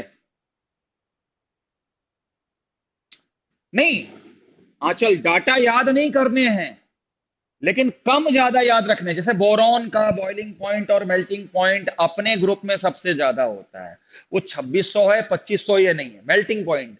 गैलियम का इंटरेस्टिंग क्या है, इसका मेल्टिंग पॉइंट बहुत कम होता है और बॉइलिंग बहुत ज्यादा होता है, इसलिए थर्मोमीटर में यूज होता है। ये ऐसे याद रखना है। वो 2642 है कि 2630 है, ये तो मैं आज तक याद नहीं कर पाया, तो तुम क्या याद करोगे? और ना जरूरत है। समझे? तो जो मैं पढ़ा रहा हूं उस तरीके से पढ़ो। हाँ, बस ये डाटा देखकर एक खुद ही सोच लो क्वेश्चन क्या बन सकता है, अपने आप समझ में आ जाएगी बात। चलो, मैं अब केमिस्ट्री पढ़ाने जा रहा हूं, आ जाओ भाई। चलो, देखो भाई, सब लोग ध्यान से देखो। भाई, बोरॉन और अल्मोनियम में तीसरे मेंबर से ही नट पेयर इफेक्ट शुरू होता है ना, तो दोनों की वैलेंसी 3-3 हो गई। बोरॉन की 3 वैलेंसी के कंपाउंड हमेशा कोवलेंट, लेकिन अल्मोनियम के 3 के कोवलेंट भी होते हैं और आयनिक भी होते हैं। तो आपसे पता क्वेश्चन क्या पूछा जाएगा? बोरॉन फैमिली में ऐसा कौन सा कंपाउंड एलिमेंट है जिसके कंपाउंड हमेशा कोवलेंट होते हैं? तो आंसर है बोरॉन। क्यों, बताता हूं। साइज छोटा, आयनाइजेशन एनर्जी ज्यादा, ऊपर से 3-3 इलेक्ट्रॉन निकालने में पहली बात तो IE1 ही जाता है, तो 2 और 3 को तो पूछने क्या। तो इतनी ज्यादा एनर्जी खर्च हो जाएगी 3 इलेक्ट्रॉन निकालने में कि बोरॉन कहेगा ना भाई, मैं शेयरिंग कर लूंगा। इतनी एनर्जी कौन लेगा यार? इसलिए बोरॉन के कंपाउंड कोवलेंट, लेकिन अल्मोनियम नीचे है, साइज बड़ा है, इलेक्ट्रॉन निकल भी सकते हैं, मर्जी है नहीं भी निकल सकते हैं, तो शेयरिंग भी कर सकता है और देना लेना भी कर सकता है, तो कोवलेंट भी कर सकता है और आयनिक भी कर सकता है। सिंपल सी बात है।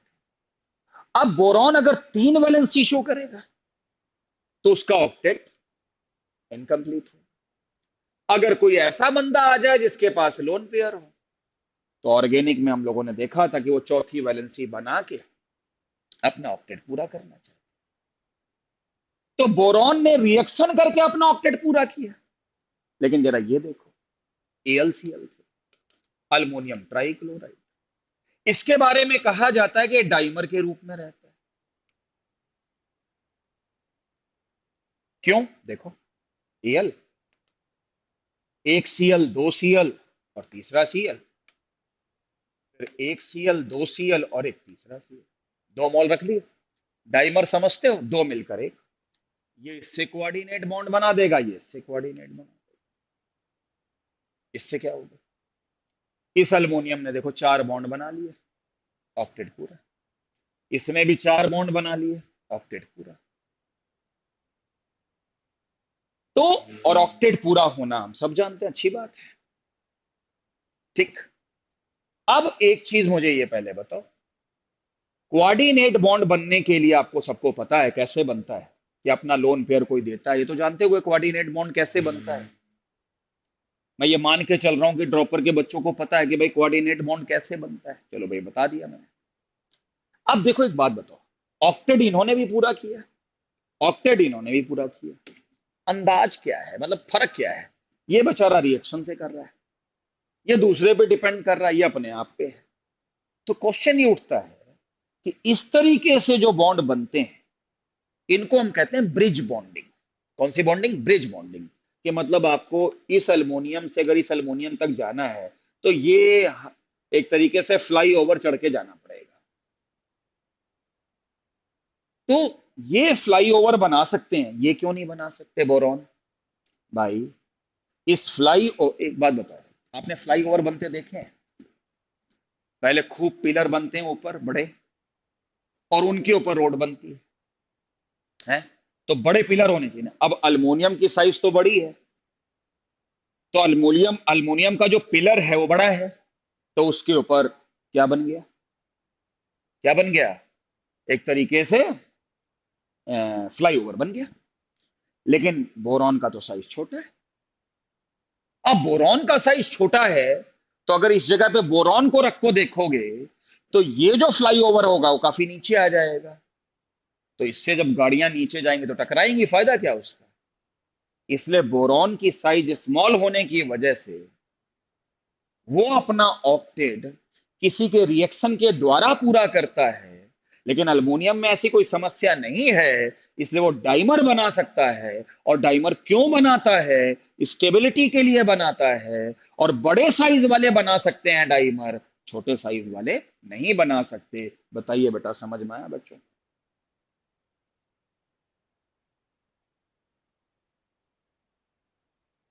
ये समझ में आया? इसलिए बोरॉन का कंपाउंड 99.9% केसेस में डाइमर नहीं बना सकते, अल्मोनियम के बना सकते हैं। जल्दी बताइए, जल्दी बोलिए, जल्दी बोलिए। फ्लाई ओवर जमीन पे नहीं बनते हैं, पहले पिलर गाड़ने होते हैं, उसके ऊपर फ्लाई ओवर बनता है। तो पिलर ऊंचे होने चाहिए, पिलर नीचे हो जाएंगे तो सर से टकराएगा फ्लाई ओवर, फिर उसका फायदा क्या है, फिर इसका कोई फायदा नहीं है। समझ में आया बेटा? ठीक है। अब ये 221, 118 पढ़ लेना, कोई इशू नहीं। चलिए अब आगे बढ़ते हैं। आगे आओ, अगला इंपॉर्टेंट पॉइंट। मैं इस पॉइंट पे बात करता हूं, आजा भाई। ये देखो, अल्मोनियम जो है वो 6 वाटर को जोड़ सकता है। अल्मोनियम 6 वाटर को जोड़ सकता है, लेकिन बोरॉन नहीं जोड़ सकता है। क्यों? अगर बोरॉन 6 वाटर को जोड़ेगा, तो इसके पास तो वैलेंस इलेक्ट्रॉन 12 हो जाएंगे। ये सब क्वेश्चन है, ध्यान रखियो। कौन सा कंपाउंड एग्जिस्ट करेगा, कौन सा कंपाउंड एग्जिस्ट नहीं करेगा, यह दिमाग से खेल है। अगर बोरॉन 12 इलेक्ट्रॉन रख लेगा आउटर मोस्ट में, और रख ही नहीं सकता, उसके पास मैक्सिमम 8 ही इलेक्ट्रॉन हो सकते हैं, उसके बाद डी होते ही नहीं। सर अल्मोनियम क्यों रख लेता, उसके पास वैकेंट डी ऑर्बिटल, उसकी कोवलेंसी 4 से ज्यादा भी हो सकती है। बस सिंपल सी बात। ये भी ध्यान रखिएगा, ये तो इलेक्ट्रोकेमिस्ट्री से संबंधित है। इस विषय में मैं अभी बात नहीं करना चाहता, और बात इसलिए नहीं करना चाहता हूं क्योंकि हम पढ़ चुके हैं, इसको आप पढ़ लेना। अब क्या लिखा है आगे? हाँ भाई, बस ठीक है। इसके बाद रिएक्टिविटी टुवर्ड्स एयर। एयर में कौन कौन बंदे हैं? एयर में ऑक्सीजन है और नाइट्रोजन है।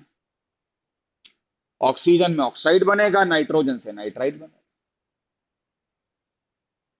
जैसे मैं अगर आपको समझाऊं, जैसे बोरॉन है तो बोरॉन नाइट्राइड और बोरॉन ऑक्साइड बनेगा। अल्मोनियम है तो अल्मोनियम नाइट्राइड और Al2O3 बनेगा। और जहां साइज छोटी होती है वहां ऑक्साइड भी बनता है, वहां नाइट्राइड भी बनता है। नॉन मेटल का ऑक्साइड है तो ये एसिडिक होगा। Al2O3 एम्फोटेरिक होगा, जनाबे अली। और बोरॉन नाइट्राइड के बारे में शायद आपको जानकारी हो, इसका स्ट्रक्चर ग्रेफाइट जैसा होता है। और ग्रेफाइट का स्ट्रक्चर हम 9-10 से देख रहे हैं, इसीलिए हम बोरॉन नाइट्राइड को इनऑर्गेनिक ग्रेफाइट भी कहते हैं। इनऑर्गेनिक इसको ग्रेफाइट भी कहते हैं। तो ये जानकारी आपको रखनी पड़ेगी। ठीक है, इजी था, बता दिया मैंने। उसके बाद reactivity towards acid and alkali. Alkali का मतलब बेस और एसिड आप जानते ही हो। ऐसा एलिमेंट जो एसिड और बेस के साथ में रिएक्शन करे, कौन करेगा? जो एम्फोटेरिक है। कौन है एम्फोटेरिक? अल्मोनियम। देखो अल्मोनियम की रिएक्शन है, इतनी कॉम्प्लेक्स नहीं। AlHCl के साथ रिएक्शन करेगा तो भी AlCl3। NaOH के साथ में रिएक्शन करेगा तो क्या बनेगा? NaAlO2। तो इस तरीके से आप देख सकते हो कि एम्फोटेरिक रिएक्शन हो गई। अरे यार, जो एम्फोटेरिक सब्सटेंस है, वो जो एम्फोटेरिक सब्सटेंस है वो बेस के साथ भी रिएक्शन करेगा और एसिड के साथ भी बनेगा। अब सर ये सब क्या लिखा हुआ है? अरे तो ये थोड़ा एनसीईआरटी का अंदाज है, थोड़ा मुश्किल होता है, मैं इजी वे में लिख देता हूं। देखो, इसलिए जो है ना, मैं आप लोगों से बार बार कह रहा हूं कि ब्लॉक केमिस्ट्री में जो तुम पढ़ सकते हो, ये छोटी मोटी बातें हैं, उसको पढ़ लो पहले। और आप कहो सर ये समझाओ और ये छोड़ दो। अभी मेरे ये थोड़ा सा समझ में आया, बट मैंने, मुझे तो लगा ये बड़ा आसान चीज है। कैसे? मैं बताता हूं। देखो, मैं तो ऐसे बताता हूं। अल्मोनियम है, HCl के अंदर डालोगे तो क्या बनेगा? AlCl3, सॉल्ट बन गया। सही बेटा? और अल्मोनियम की रिएक्शन अगर NaOH के साथ हुई तो हम लोगों ने एक ट्रिक बनाई हुई है। क्या बनता है? NaAlO2, जिसका नाम सोडियम मेटाइलिवनेट है। उन्होंने NaAlO2 की जगह पे ये लिख दिया। बात वही है, इसमें भी अल्मोनियम की वही ऑक्सीडेशन स्टेट आएगी जो इसमें आएगी। कितनी आएगी? +3। और इसमें भी निकाल के देख लो तो +3 आएगी। तो किसी का लिखने का ढंग अलग हो सकता है, लेकिन बेसिक वही होता है। समझ में आया? और क्या ट्रिक होती है? देखो, इस वाले में तो सॉल्ट लिखना आसान है। देखो, जब कोई एम्फोटेरिक चीज बेस के साथ में रिएक्शन करता है तो ये लिखना थोड़ा मुश्किल होता है। तो इसकी एक छोटी सी ट्रिक है। क्या? इसका ऑक्साइड लिख लो, क्या होता है? Al2O3। इसका ऑक्साइड लिख लो, क्या होता है? Na2O। और दोनों को जोड़ दो, और जो मेटल ज्यादा रिएक्टिव हो उसको पहले लिख दो। तो ज्यादा रिएक्टिव तो सोडियम है, तो दोनों को जोड़ोगे तो क्या बनेगा? Na2Al2O4। इसको सिंप्लीफाई करोगे तो क्या आएगा? NaAlO2। वही लिखा। तो मैं तो ऐसे पढ़ाता हूं कि जब कभी भी एम्फोटेरिक सब्सटेंस अगर बनता है,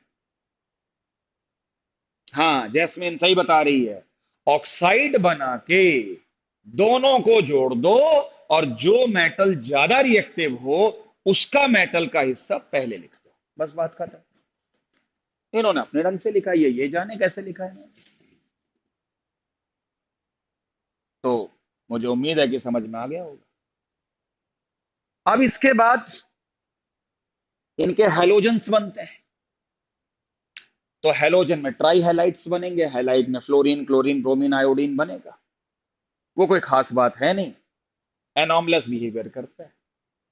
मुझे तो वास्तव में यहां से पढ़ाने के लिए आपका आदेश मिलना चाहिए था ये सर ये जो छोटी मोटी बातें हैं ना शुरुआत वाले, ये हम पढ़ लेंगे। अब जो आगे पढ़ाऊंगा इतना इंपॉर्टेंट है, इतना इंपॉर्टेंट है, इतना इंपॉर्टेंट है कि मेरे पास शब्द कम पड़ जाएंगे, क्योंकि ये जो इसके बाद की पढ़ाई है जमा बहुत इंपॉर्टेंट है, बहुत इंपॉर्टेंट, बहुत इंपॉर्टेंट है। तो कायदे से मुझे बोरॉन फैमिली में, लेकिन अभी तो मेरे पास 10 मिनट का समय है, तो मैं इसे पढ़ा देता हूं थोड़ा बहुत, लेकिन यहां से बहुत इंपॉर्टेंट, मतलब मैं अपने अनुभव के आधार पे कह सकता हूं कि अगर आपने बोरॉन फैमिली को इसके बाद से अच्छी तरीके से समझ लिया तो आप विश्वास मानिए किसी भी तरह की कोई दिक्कत नहीं आएगी। अब कल की डेट में, हालांकि मोटा मोटा तो मैंने सारा पढ़ा ही दिया है, लेकिन आप पूरा लाइन टू लाइन पढ़ना है बेटा, और उसका कोई टिप्स, कोई तरीका समझ में ना आए तो टीचर से पूछना है। लेकिन अब जो मैं समझाने जा रहा हूं, मैं इसको पहले बोर्ड को साफ करूंगा। अब सारे बच्चे दिमाग बिल्कुल खोल के रख लो, ठीक है? मतलब कल का लेक्चर और आज का बचा हुआ लेक्चर बहुत स्पेशल लेक्चर होगा, ध्यान से सुनो। चलें शुरू करें। देखो, सबसे पहले पढ़ाएंगे आपको बोरेक्स। बोरेक्स का पूरा फार्मूला ये, क्या? Na2B4O7.10H2, Na2B4O710H2। सर ये सब क्या लिखा है, बताता हूं आपको। और ये लिखा ही नहीं, ये काफी इंपॉर्टेंट भी है और इनके क्वेश्चन भी बनते हैं। तो Na2B4O7.10H2 हमारा बनता है, ठीक है? सबसे पहले तो मैं एक ट्रिक बता दूं, देखो अपनी कॉपी में नोट कर लेना। अगर सेंट्रल एटम की संख्या 3 या 3 से ज्यादा हो और उसकी वैलेंसी भी 3 या 3 से ज्यादा हो, उसका स्ट्रक्चर हमेशा साइक्लिक बनेगा। और इसका स्ट्रक्चर मैं साइक्लिक बनाने जा रहा हूं, और क्यों बनाने जा रहा हूं नोट कर लो, बहुत ध्यान से पढ़ियो अब अगले 10 मिनट। क्रीम बहुत अच्छी पढ़ाई। क्या पहली ट्रिक बताई? अगर सेंट्रल एटम की संख्या 3 या 3 से ज्यादा हो और उसकी खुद की भी वैलेंसी कम से कम 3 हो, उसका स्ट्रक्चर हमेशा साइक्लिक बनेगा। पूरे पी ब्लॉक में ट्रिक बड़ी कामयाब है। नहीं तो आप समझ जाओ सर, आप लोगों को पता कैसे लगता है इसका स्ट्रक्चर साइक्लिक है? यूं ही पता लगता है। अब इसका स्ट्रक्चर जब हम बनाते हैं तो बोरॉन 4 है और ऑक्सीजन 7 है। जब कभी भी साइक्लिक स्ट्रक्चर बनाओ तो लगातार ऑक्सीजन मत दिखाना, क्योंकि लगातार ऑक्सीजन दिखाओगे तो पेरोक्साइड लिंकेज बन जाएगा और वो अनस्टेबल होता है। तो पता कैसे बनाओगे? बोरॉन 4 है ना, देखो कैसे बनाता हूं। बी, फिर 2 O, फिर 2 B, फिर 2 O, फिर 1 B। देखो ऐसे याद करता हूं मैं। कहीं भी देखो लगातार ऑक्सीजन नहीं है। अब क्या हुआ? चारों बोरॉन आ गए। अच्छा, अब इसके बाद ये कै मेंबर रिंग बन गई? 1 2 3 4 5 6 7 8 मेंबर? नहीं, 8 मेंबर रिंग अनस्टेबल होती है, हम सब जानते हैं, ऑर्गेनिक पढ़ के आ रहे हैं। इसलिए इसके बीच में एक ऑक्सीजन कर दो।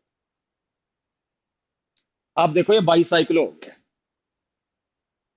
और एक 6 मेंबर रिंग हो गई। 1 2 3 4 5 6, और 6 की तो पूछो ही नहीं। समझ में आ रहा है?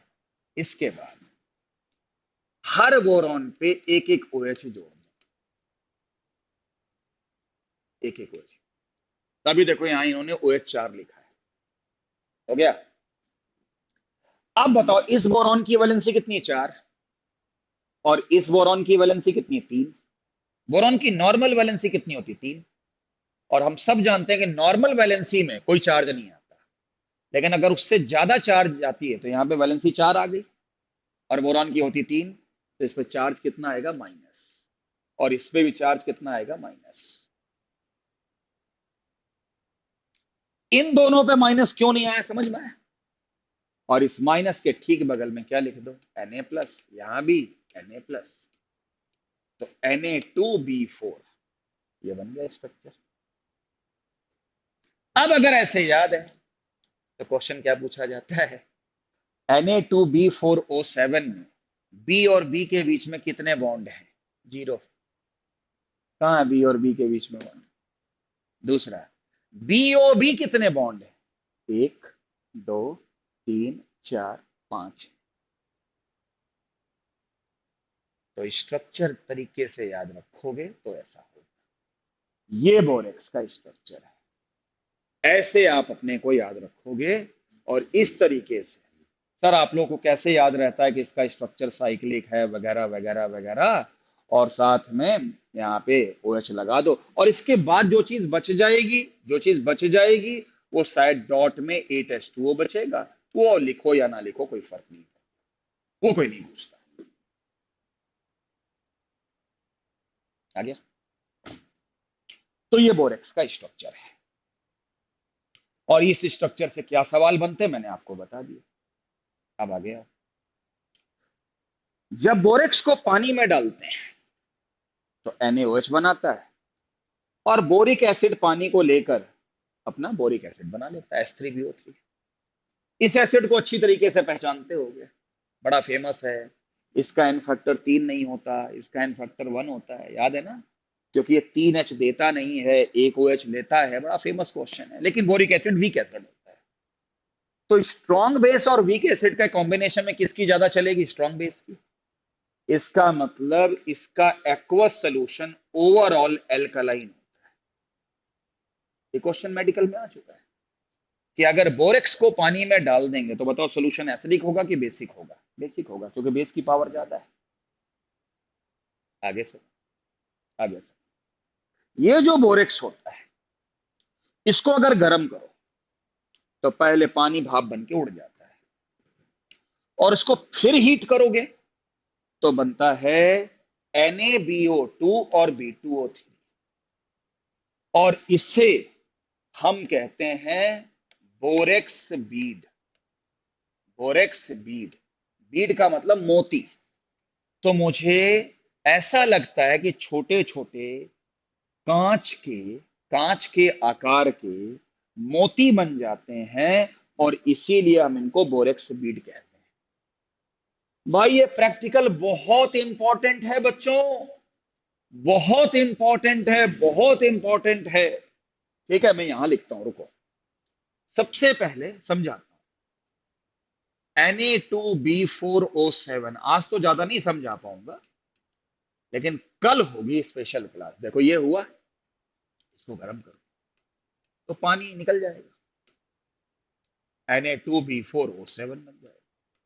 इसको और हीट किया तो हमें कांच के आकार के छोटे छोटे मोती बनते हुए दिखाई देते हैं, और वो मोती होते हैं NaBO2 प्लस B2O3 का मिक्सचर।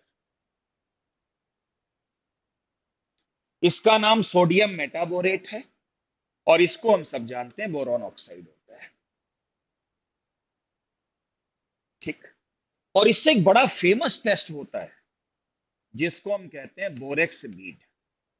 खूब आता है, बहुत अच्छा, इवन IIT में बहुत आता है। क्या? जितने भी ट्रांजिशन मेटल्स होते हैं, मैं यहां लिख देता हूं, जितने भी यहां पे ट्रांजिशन मेटल्स होते हैं उनके कलर को, उनके कलर को ये टेस्ट करता है। मतलब आपसे क्वेश्चन पूछा जाएगा, borax bead test is useful for, और चार चॉइसेस दी, तुरंत समझ लेना, तुरंत देखना कहां पे लिखा है कोई ट्रांजिशन मेटल, कोबाल्ट हो, कॉपर हो, मैग्नीज हो, क्रोमियम हो, उनके कलर टेस्ट करता है। कैसे करता है मैं बताता हूं। जैसे मान लो कोबाल्ट है, कोबाल्ट का मैंने ऑक्साइड ले लिया, इसमें मैंने बीड डाल दिया, बीड यानी ये मोती डाल दिए। तो कोबाल्ट BO2 को लेकर मेटाबोरेट बना और इसका कलर ब्लू होता है। और इसीलिए कोबाल्ट के जितने भी कंपाउंड्स आपको दिखाई देते हैं वो डीप ब्लू देते हैं। कॉपर के लाइट ब्लू होते हैं, मैग्नीज के पर्पल होते हैं, आयरन के कुछ ग्रीन और येलो टाइप के होते हैं। लेकिन बेटा बोरेक्स बीड कहते किसको हैं, पहले तो ये याद होना चाहिए। NaBO2 प्लस B2O3, ये याद होना चाहिए। किस काम आता है? ट्रांजिशन मेटल्स के कलर को चेंज करता है। ट्रांजिशन मेटल के कलर को चेंज नहीं करता, कंफर्म करता है। और ट्रांजिशन मेटल पहचानते होगा, डी ब्लॉक। नीट में कहीं भी ट्रांजिशन मेटल हो, खट से निशान लगा दे। सबके अपने अपने कलर होते हैं, किसी का डीप ब्लू, किसी का ब्लू, किसी का पर्पल, किसी का कुछ कुछ कुछ कुछ अपने अपने आप कलर होगा। लेकिन कलर को सभी को टेस्ट करता है। और शुरुआत में जब हम इसको हीट करते हैं तो पानी निकल जाता है। इसका नाम बीड क्यों बना? क्योंकि मोती बनते हैं। तो बहुत ही इंपॉर्टेंट ट्रिक है जिसके बारे में हम कहते हैं बोरेक्स बीड टेस्ट। और अगर मैं इसी को ही थोड़ा सा आगे बढ़ा दूं तो देखो इन्होंने लिखा भी यही है। क्या लिखा है भैया? कि ट्रांजिशन मेटल के जितने भी मेटाबोरेट बनते हैं वो कलर को चेक करते हैं। और ये एक बहुत इंपॉर्टेंट लाइन है, इसी पे ही बहुत सारे सवाल बनते हैं बच्चों। ध्यान रखना, इस वक्त मैं पी ब्लॉक का बहुत बहुत बहुत इंपॉर्टेंट चीज पढ़ा रहा हूं। अगर सही ढंग से पढ़ लोगे तो राजा बन जाओगे कि यार सर ने जो पढ़ाया उसी में से सब आया था। मानो मेरे पे विश्वास करो, हमें पता है कि क्या क्वेश्चन पूछेगा। फिर हम मना कब कर रहे हैं कि डाउट्स? मैंने आपसे क्या कहा? एस ब्लॉक हो गया, अपनी डाउट पूछो। गिनती की 2-3 बच्चों ने डाउट पूछी, मैंने बता दी। तो आपसे मैं फिर कह रहा हूं, मैं इस तरह से पढ़ाने का मेरा नेचर नहीं है। लेकिन चूंकि सिलेबस को थोड़ा जल्दी खत्म करने का मेरा मन बन रहा है और पढ़ाना मुझे एनसीईआरटी ही है, तो उसी को सामने रख के पूरी रिएक्शन समझा रहा हूं। लेकिन फिर भी कुछ गलती हो सकती है, मना कौन कर रहा है? तो आप पूछो कि सर आपने बता दिया। फिलहाल ये बताओ कि यहां तक समझ में आया?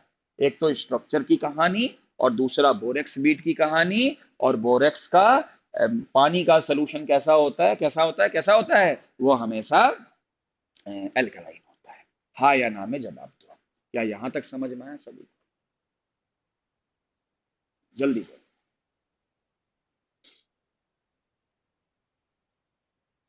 हाँ, और ये ट्रिक नोट कर लेना कि किसका स्ट्रक्चर साइक्लिक है, किसका नहीं है, वगैरह वगैरह वगैरह वगैरह। समझ में आया? और कल एक काम करियो, थोड़ा आगे भी पढ़ लेना तो मेरा लेक्चर और अच्छे से समझ में आएगा आपको। कल बड़ा भयानक लेक्चर होगा। कल समझ गए पी ब्लॉक तो फिर हो गया काम। तो अब मुझे ये पहले बताओ कि बोरिक एसिड के बारे में इतना है। अब आर्थोबोरिक एसिड के बारे में बहुत सारी बातें बतानी है, लेकिन आज समय नहीं है और लास्ट के 2 मिनट में कोई इंपॉर्टेंट बात नहीं बतानी चाहिए, समझे? इसलिए मैं इस पढ़ाई को यहीं रोक दूंगा। अब मुझे आज पूरी 1.5 घंटे लगभग लगभग पढ़ाई हुई है, बड़ा अच्छा लगा। आप मुझे ये पहले बताओ, क्या सब कुछ समझ में आ गया बच्चों को? यहां तक बोरिक्स तक। हाँ, एक चीज बता दूं, कभी काम आ जाए। एक चीज और बता दूं, रुक जाओ, बस 1 मिनट लगेगा। ये आ जाए। एक फार्मूला होता है Ca2B6O11। इसका नाम याद रखना, कोलेमेनाइट ओर।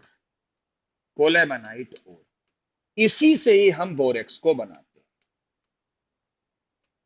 कल तो मैं आपको इसकी जितनी भी रिएक्शंस है ना आगे की, इतनी आसानी से पढ़ा दूंगा कि आप कहोगे कुछ है ही नहीं इसमें। लेकिन आप यहां तक याद रखना कि बोरेक्स को हम कोलेमेनाइट ओर से बनाते हैं, क्योंकि एक बार मेडिकल में क्वेश्चन आया भी था, बोरेक्स बनाते कैसे हैं? ये तो स्ट्रक्चर ये बना, तो ये कोलेमेनाइट ओर से बना। हो गया भाई? तो आज की पढ़ाई यहीं पे समाप्त होती है।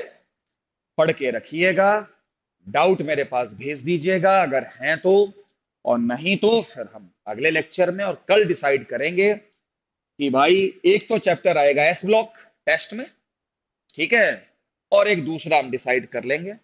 क्या डिसाइड कर लेंगे, क्या क्या कर लेंगे? केमिकल काइनेटिक्स कर लेंगे, और क्या कर लेंगे? तो कल हम कर लेंगे सिलेबस टेस्ट का, नोट कर लो क्या।